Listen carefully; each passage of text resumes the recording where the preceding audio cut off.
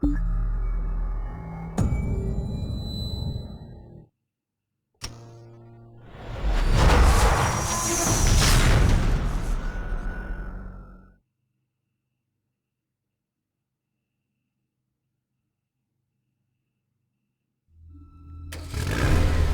going on, guys? Bank Robber Games here, and today we're going to be starting a new series for what I consider to be a very underrated game, and that is obviously Rage.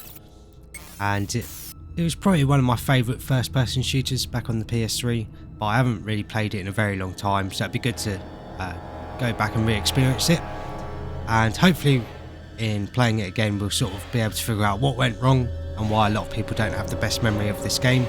Because like I said, I do think it is quite underrated, but I also think there's a lot of missed potential with it as well, and it could have been a lot bigger and better than it was. But before we start the playthrough, just a few things to point out. There are a few issues with running this game on modern hardware, but if you look on the Steam community page, there's many fixes that offer different solutions to the problems. But you can also make a lot of alterations with the Steam launch commands or in the ini files of the game that allow you to better your experience with the game. And some problems like textures popping in are resolved by playing on new systems, so that is an upside to playing the game at the moment in comparison to when it came out. But in terms of our settings, we are pretty much playing with maximum settings, with a few changes with the Steam launch settings, like having an increased FOV, which is very useful because the default FOV was a bit rubbish, and a few changes like that. One recommendation that I will make before we start the game is the texture detail switch off, because if you have that on, it causes a lot of dialogue to be cut short and sounds like footsteps and player sounds to be cut off as well halfway through playing, which is rather annoying. But with that off, that should solve that issue just as a starting point. But like I said, all throughout the Steam community page, there's many fixes for some of the issues that you can have with this game running it on more modern systems. And rather surprisingly, considering we're playing on PC, I am actually going to be playing this with a controller. In my experience, and from many other people's experience, the sort of weapon selection system doesn't work very well on mouse and keyboard. And I also just think with the amount of feedback you get in the combat, it actually feels a little bit better to play with a controller, very strangely, which is a bit disappointing considering it's id Software. But without further ado, we'll get on with this playthrough, and it's not going to be I'm not necessarily going to aim for a 100% playthrough of the game, but I will be collecting all the cards that you use in the Rage card minigame, and doing some of the other collectibles like all the secret rooms and secret collectibles, but there might be a couple of things here and there that I missed, but it should be a near enough 100% playthrough. But like I said, without further ado, let's get on and re-experience this brilliant game. I did start a game very briefly just to make sure everything was running properly and all the fixes were working. We are going to be playing it on normal mode as well, which I think is the intended way to play the game. It does make certain sections of the game quite easy, but if you want a challenge, Nightmare and Ultra Nightmare definitely provide that for you.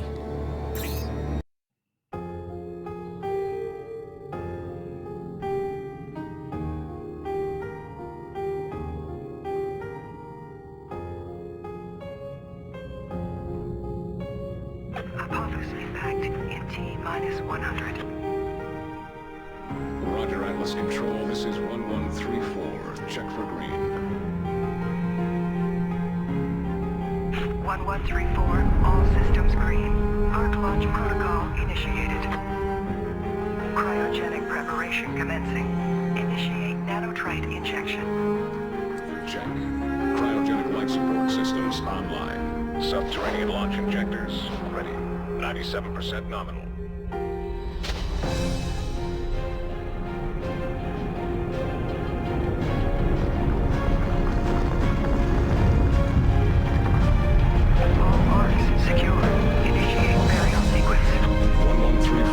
Check.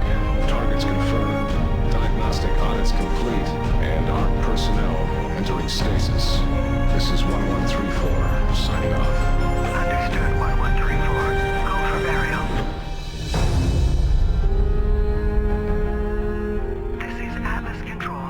signing off. May we live to see another day.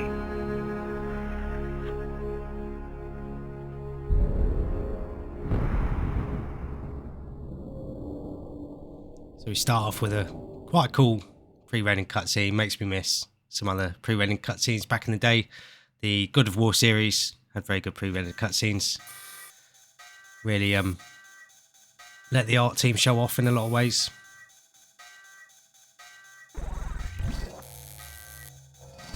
External disturbance detected. Cryogenic chambers compromised. Chamber Omega 5 online. Initiating emergency nanotrite activation. 3, 2, 1. Nanotrite sequencer online. Release cryogenic chamber seals. Internal arc temperature nominal. Rebooting internal data systems.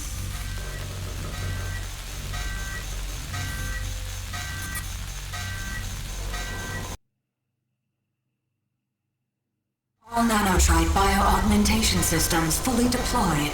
Nanotrites active. Current position unknown.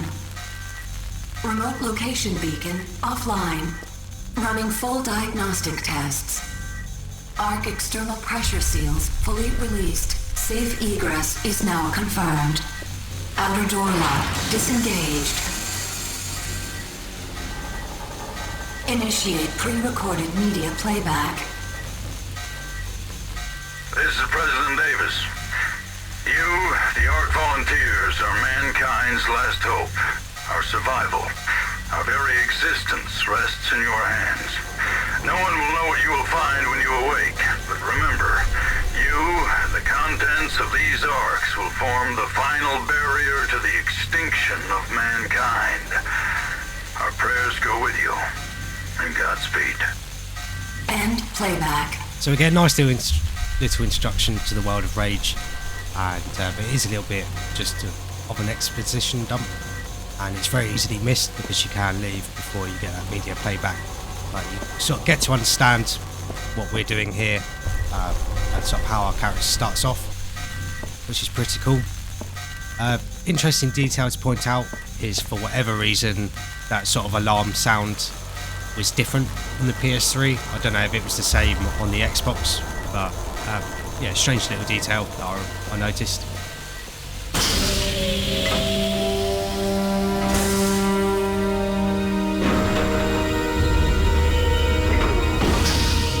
So that definitely reminds me of Fallout 3 when you exit the vault for the first time, which is pretty cool. But here we get to see one of the best bits about the game, and also one of the worst bits about the game. So overall, I think the art direction for Rage is absolutely fantastic, and because the world is so sort of handcrafted, I think it's actually one of the most realistic looking post-apocalypse worlds of any game, really. I think it's really, really good. The water effects are pretty good for the time as well.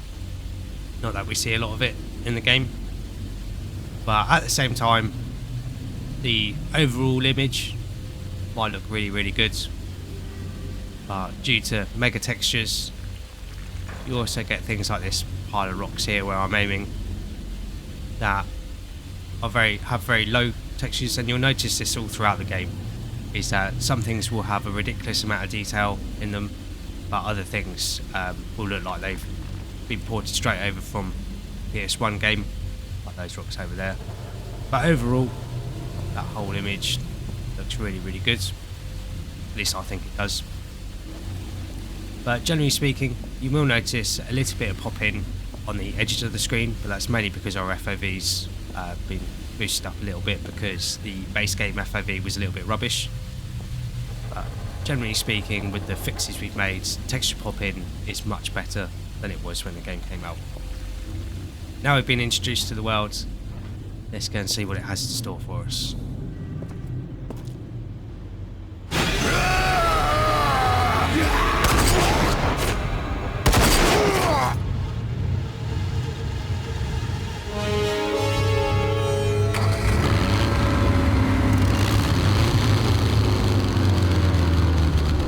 Hey, you! Over here!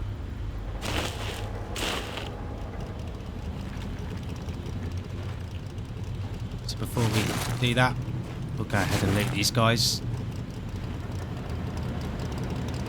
So as we get in and talk to this character here, Dan, It ain't safe here. Get in. look out for how well he's animated. I think a lot of the characters are animated really well throughout the game. Let's go. Get in the buggy. I know you got questions, but we gotta get moving. Got bandits all over these hills. We best get going. I'm Dan Hager, and you are one lucky son of a bitch. You know, Ark survivors are worth a lot of money to whoever hands them over to the Authority. Wait, you don't even know the Authority yet. Well, I guess you don't know anything about any of this. Welcome to the future.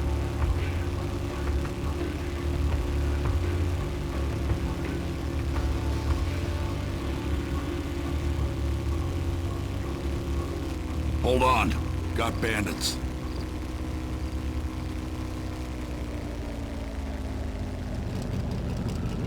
Damn shame you're still wearing that Ark suit. It's a dead giveaway.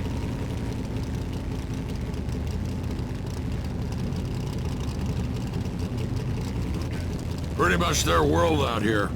Probably looking for their buddies. Damn. Now we both got a problem.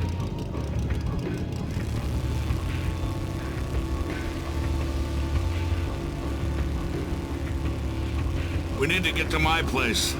Once they see what I've done, they'll be coming for blood. And for you. I've got a plan that might get us both out of this mess.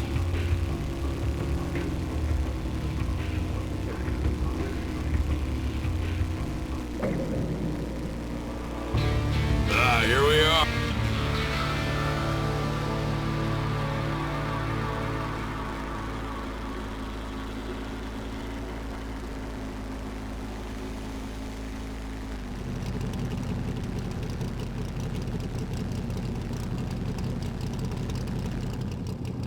We need to talk. Get out of the buggy.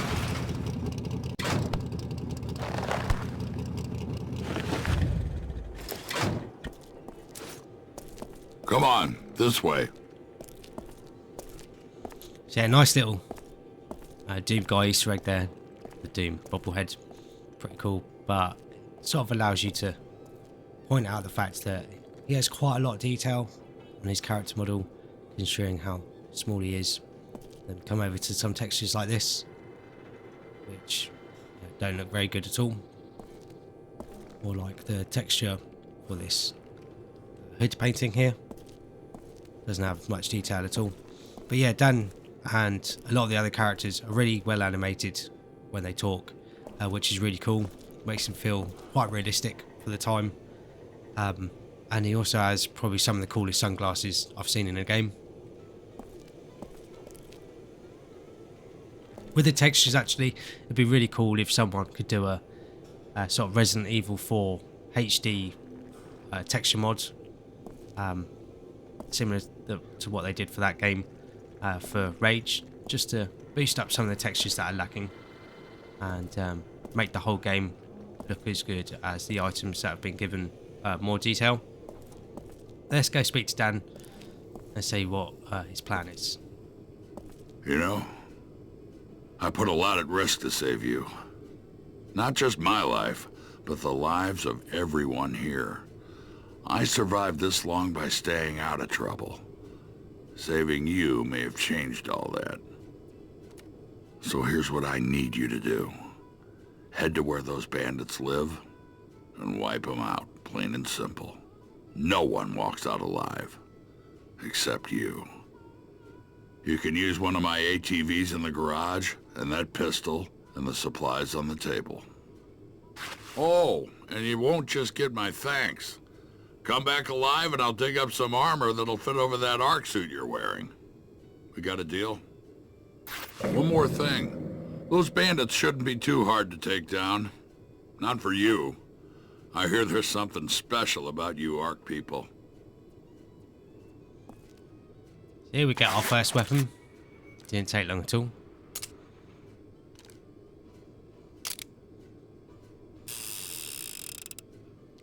And it's quite nice. Each weapon you pick up, you will get a little animation that plays the first time you equip it. Just to sort of introduce you to each weapon and make it a bit more memorable, which is cool. But we do have a dossier. And yeah, this allows us to look at all our equipment. And you might notice we've got the Fists of Rage upgrades for our melee attacks, and that is part of the Anarchy Edition DLC. And along with that, we also have the double barrel shotgun that was also part of that Anarchy Edition. And this DLC isn't actually available to purchase anymore, but you can gain access to it along with the Sewers DLC by messing around in the game's INI files. It's very easy to do. There's tutorials online and on the Steam community page, and it basically involves copying a text file that's already in the games folder and moving it into a new folder that you create. It's very simple to do, and it allows you to get a few items, and some of which are very powerful as well. But we're going to take these off our quick selects and just put the pistol on our top slot here. The shotgun is quite cool, but it does use 2 shotgun shells every time you fire it, and so you have to reload after every shot. And the Fist of Rage upgrade is pretty useful. It means that punching enemies actually does a decent amount of damage. But before we go anywhere else, throughout this playthrough, I'm going to make sure to get all the collector cards and all the secret rooms, along with a couple of other Easter eggs. So it won't be necessarily be a completely 100% playthrough. There will be a couple of items that we miss, but overall it'll be pretty close.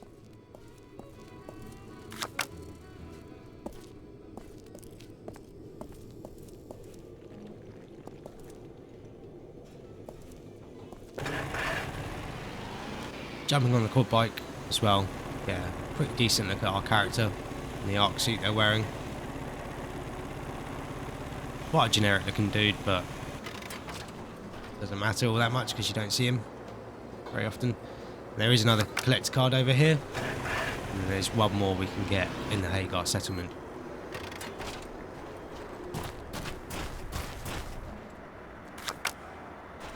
And that character card is for character that we're going to be meeting now. Let me guess. You want to know how to throw a wing stick. Ain't easy, friend. I see Dan gave you a pistol. Not a bad weapon, but if you want some subtle killing power, you'll need to use a wing stick. They've got a nanocore for smart targeting, but it'll still take a little practice to master. I'll make a deal with you. You prove you can hit something with them, and I'll tell Halleck it's safe to sell you some. Ready to give it a toss? So again, really well animated character. Bear in mind they're just a little side character, but we want to do this because it allows us to get a big piece of equipment that is very useful to us throughout the entire game. Good hunting. All right, here are the rules. Watch for the pop-up targets and hit them as quickly as you can. See how many you can get before the timer runs out.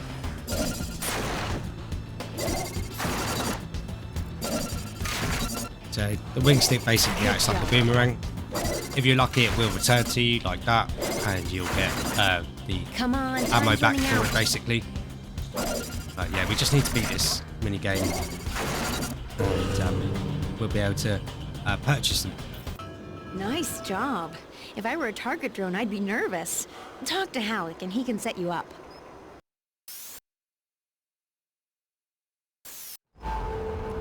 So we get 5 to start off with. For doing that mini game, we can purchase more, and then later on we'll be able to craft them as well using the crafting system. But we'll go talk to Halleck. Welcome, stranger. Name's Halleck, and it's a pleasure meeting you. I run this little shop. Got enough supplies here to keep you alive and fighting. Best stuff in the wasteland. Oh, and if you find something of value and you don't need it, bring it here. I pay nicely for quality goods. Care to browse my selections? I might have something you need.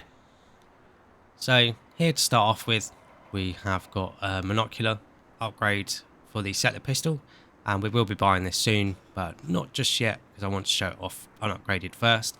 And I'd highly recommend this upgrade because it basically makes the pistol like a mini sniper rifle, and allows you to be much more precise where you're hitting enemies, especially later on when you're up against tougher targets. It makes it much more usable throughout the whole game.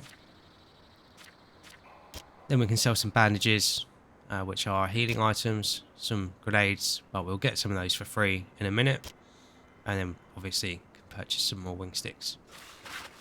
We can also sell any items that we want to. We haven't really got any junk to sell him at the moment. Hope to see you again soon.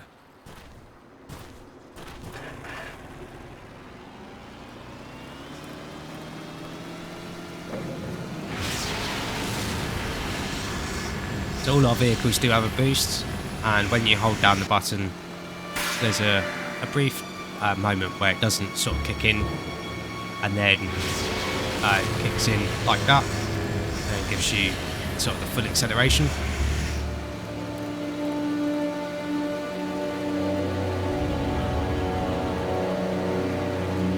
Yeah, I think the open world as you're driving through it, again it's just down to the art direction, is really, really good.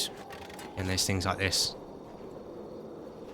that really sell how the world has been destroyed. But as we make our way to the ghost hideout, we will come across one of the vehicles we saw earlier. So there's probably someone home. But as well as the open world being quite destroyed and barren, there are some signs of life, which are actually quite creepy. It's pretty cool. And a lot of time as well, you get a nice view of any area you're about to enter, which is quite cool.